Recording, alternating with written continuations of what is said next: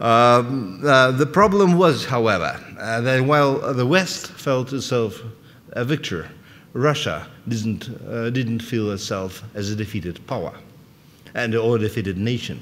It felt itself, the Russian elite felt itself as a victor in the Cold War, and at least counted on an honorable peace.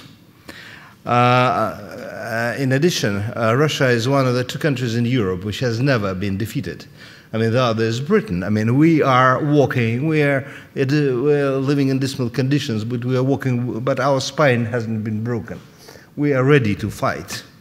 And after recuperation from the revolution of the 90s, we started with an understanding that the enlargement of NATO would inevitably bring a major war to the heart of Europe and to our borders. We put a block. Thanks God, the Georgian guy attacked, and he got, his nose blooded, but of course the blow was directed not at this poor guy. The blow was directed against Washington.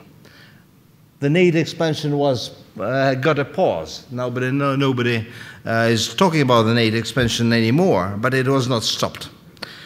And the civil war remains unfinished, and things are getting worse in the Euro-Atlantic area. Europe is continuing this withdrawal from the world with a steady speed. Lisbon Treaty will probably quicken the pace of that withdrawal after a very short pause. The United States, notwithstanding Obama's nice words about his pro-Atlantic ideas, is drifting, of course, from Europe, not against Europe. Russia is drifting with a frightening speed towards China. Euro-Atlantic area is ceasing to be the exporter of stability and security. And we are doing that on the background of old and new problems of security. A few new, just to add to the litany. Competition cutthroat competition for energy which will resume, a real opening of a competition for water, a competition for resources and soil, which we largely overlook, but which is very much here. But the worst of the vacuums is, of course, our vacuum is the intellectual one, where it's our escapism. We're refusing to acknowledge the realities.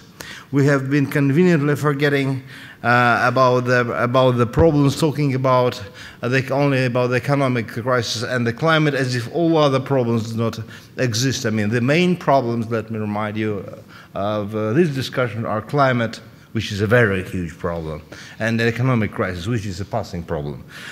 But other problems are, just because they're so unsolvable and so unpleasant, are pushed aside. Or we are offering answers which are laughable. For example, Obama put forward a great idea of resetting Russian-American relations by nuclear arms control. Come on, strategic nuclear arms is not a problem. You just took an instrument from a dusty attic, and put it on the table. So, I'm not against nuclear arms control. Excessive nuclear weapons should be eliminated, and if that has an additional prize of having better relations between our countries, why not? However, it is accompanied by a resumed talk about a global zero. Which is a daring proposal and a very dangerous one. If we go really deep, all future proliferators will get a huge, and small nuclear powers will get a huge incentive to build up. And now to the positive part of it: heal the new divide in Europe. Either sign a new security treaty in Europe or take Russia into NATO. Fill the gap in the Middle East by providing nuclear guarantees to Israel and all countries involved. Americans and Russians. It is American and Russian responsibility. forge a new security alliance between the countries which are willing and able, start to deal with the problems before they flare up, ideologize politics. We are in a situation, in a pre-war situation. I mean, Stalin, Churchill and Roosevelt dealt with Stalin, who was one of the worst dictators in the human history, because they had a problem and they solved it. I mean, we are having a problem and we should solve it. And as to the dismal situation with the democracy in my country, it could only be helped if we are part of an alliance. And the last but not the least, let us stop hiding our heads in the sand like ostriches, and rather look straight into the eyes, like the barbarian lions, the symbols of this country.